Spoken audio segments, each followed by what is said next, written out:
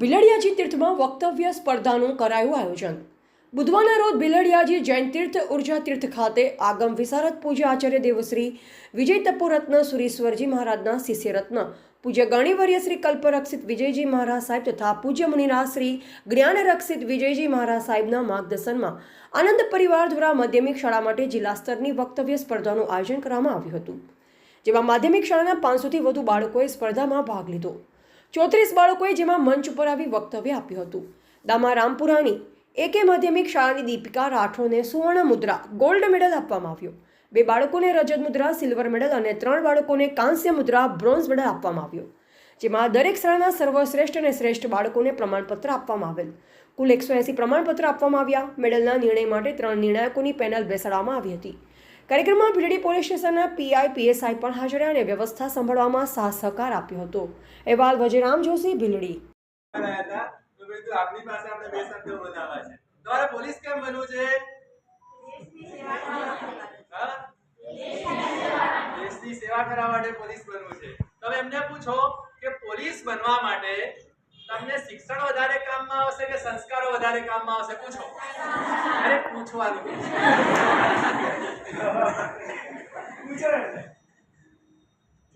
શિક્ષણની સાથે સાથે સંસ્કારો ખૂબ જ જે આપણી રૂટીન છે, પોલીસની અંદર ડિસિપ્લિન ખૂબ મહત્વનું છે।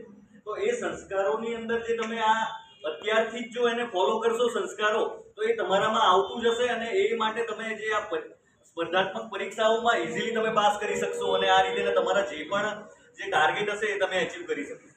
એટલે તમામ જે આ સંસ્કારોને ફોલો કરવા તમામ સ્પર્ધાત્મક પરીક્ષામાં સૌથી મોટામાં મોટો અને પહેલો નિયમ એક હોય છે, કોન્સન્ટ્રેશન પૂર્વકની નિયમિતતા।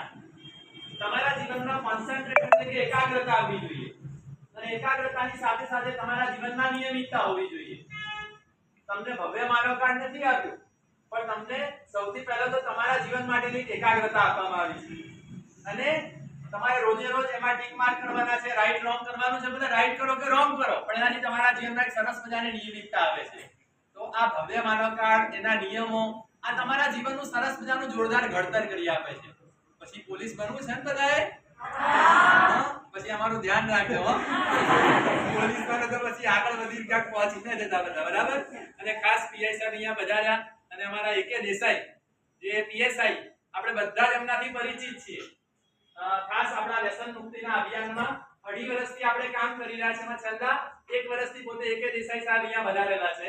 તો બંનેને આપણે ખૂબ હૃદયપૂર્વક જોરદાર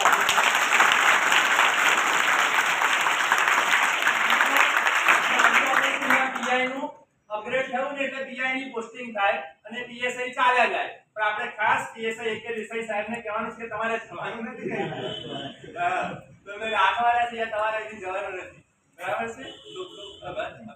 ખૂબ ખૂબ આભાર સાહેબ, આપણી વ્યસ્તતા વચ્ચે પણ સમય લઈને વધારે